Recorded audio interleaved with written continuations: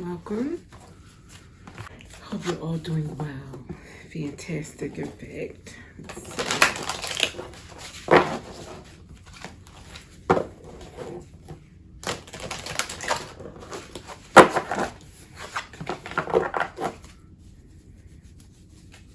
Okay, Spirit.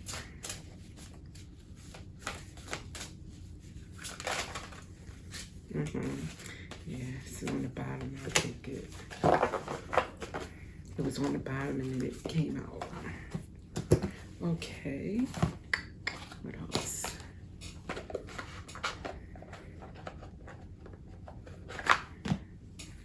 Yeah.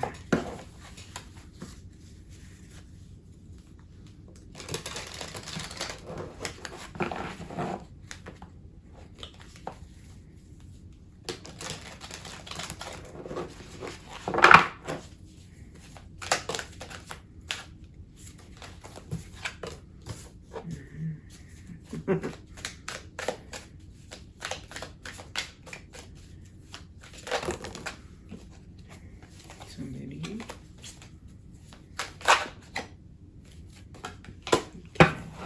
Wow. So, yeah, Spirit is clear. Let's just say it came upon me, this whole notion that what's going on in Europe, across the continent, across many, countries regarding the environment and the sun baking everybody and the heat just being unprecedented. It was brought to me this notion that it's like a punishment or God's way of dealing with them to, pay for slavery and things done in the past. And there was a time in my life where I so thought, when will that day come? I'm going to be honest. There was a time when I thought I would have assumed that this was also the case, but now, years later, and after, having different perspectives, I know that can't be true because there's many reasons why that just really doesn't make sense that God would repay a nation or a continent of people in one fell swoop for something done in the past. I don't think that that is the divine justice that would come through for that, number one. Number two, how do you account for the people who are descendants of both? They have to pay for the same thing that was done to their people. It's like they come from both sides. And also, what about the people who were white people, but they aided in the freedom of those slaves? Or, they risked their own lives on behalf of Black people. So I'm thinking there's no way that, God works like that. That is just our way of trying to make sense and get justice on a more simplified, basic level, but things don't work that way. And what I pulled was service. I think the first duty of society is justice. Alexander Hamilton. So this represents so many layers of answers for what I'm talking about here, but I'll just start with what first hit me is the justice that we can bring about for today society, because we can't go back in the past. We can't go back year by year making up for 1401, 1451. It makes no sense. We have to live with now, right? And if we want justice for now, what we can do individually is serve. Do what we can, what's within our power, using our time, our energy, our skills, our intellect, our money, whatever we have at our disposal to help others. That is bringing justice. So if you really want to bring justice, then that's what you do. But you don't really like wait for the downfall of a whole nation or a whole, I don't think that's human. What's the word I'm looking for? Humane, humanitarian. I don't think that's love. And God wants us to love each other above all else. So you can't really wait for the downfall of someone else and think that you are being godly. It just doesn't work that way. So yes, service, duty, if that's how you want to help. And then next I have the Ace of Pentacles with followed by the Six of Cups. So money, giving money for something that was done in the past. To me, that means reparations. That's that, what do you call it? Was it 40 acres and a mule? Or, basically like that idea of, okay, well, maybe we can pour money into disenfranchised communities to really give them a boost because they were undeniably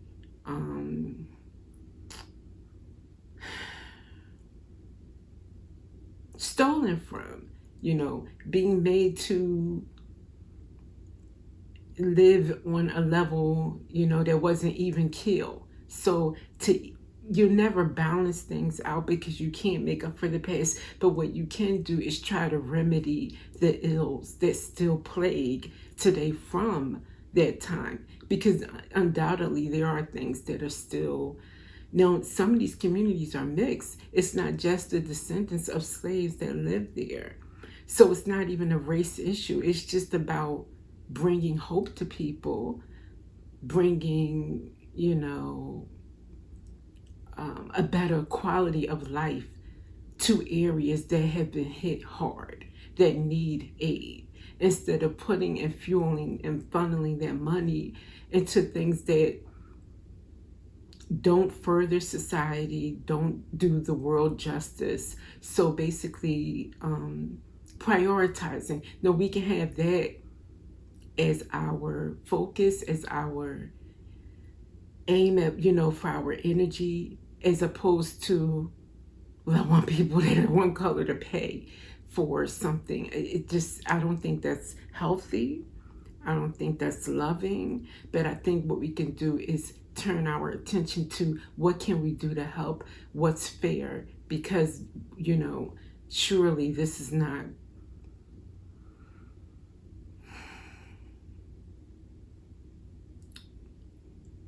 sustainable to go forward, to keep going in this way where we just ignore groups of people and their needs, no matter what color they are. Just period. It shouldn't happen where some people have lots and lots of money and others don't. Some areas live, well above what's necessary, and there are people who actually are just like barely surviving. So that's what I think we should focus on.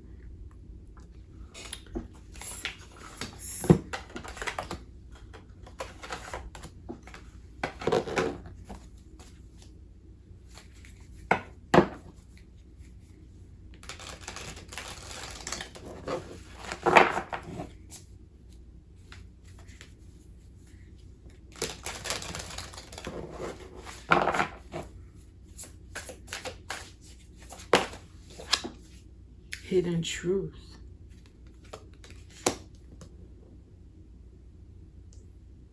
Hidden truth, okay. Firm, wide awake.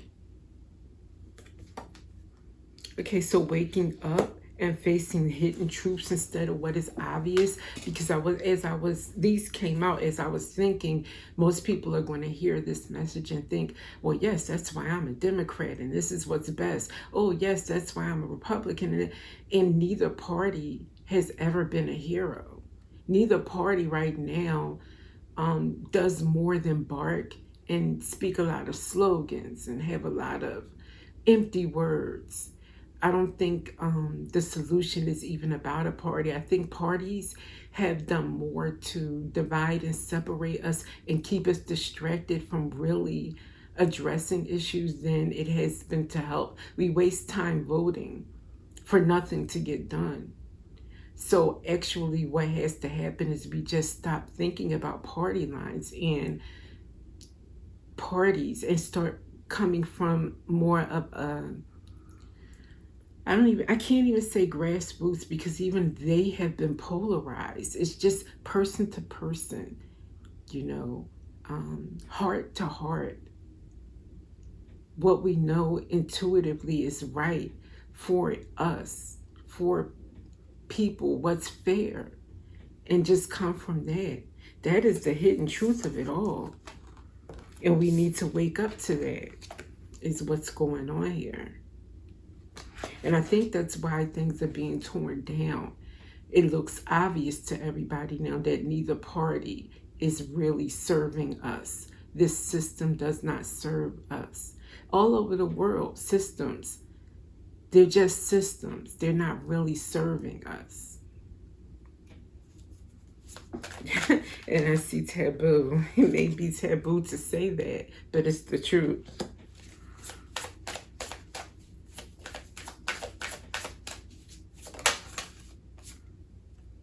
Missing you, waiting, eager. Okay.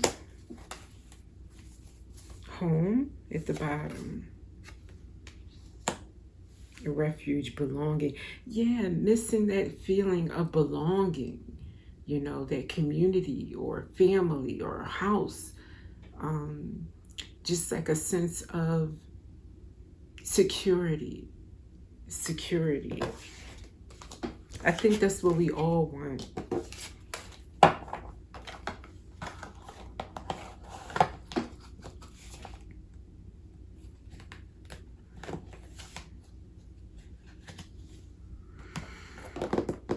One angel message to wrap this up.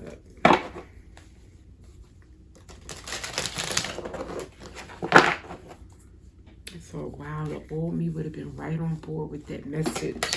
What he's saying, it hit me like, I'm glad I'm different. I'm glad I see it from different angles now. Oh, blessed comes out. Let's read it. You are surrounded by divine favor, blessed in ways seen and unseen. Know that you are cherished and supported by a higher power, and step forward with unwavering faith. Unwavering faith. That was in another, this card and from this deck says something about standing firm. So the divine wants us to just stand firm, knowing that we are divinely supported. We all are blessed, and we all deserve to live in this world of blessings and share it equally. None of us enjoying while others are suffering, and we just feel like, oh, well, guess that's your lot. That's not the way it's supposed to be. So with that, I will see you in the next reading.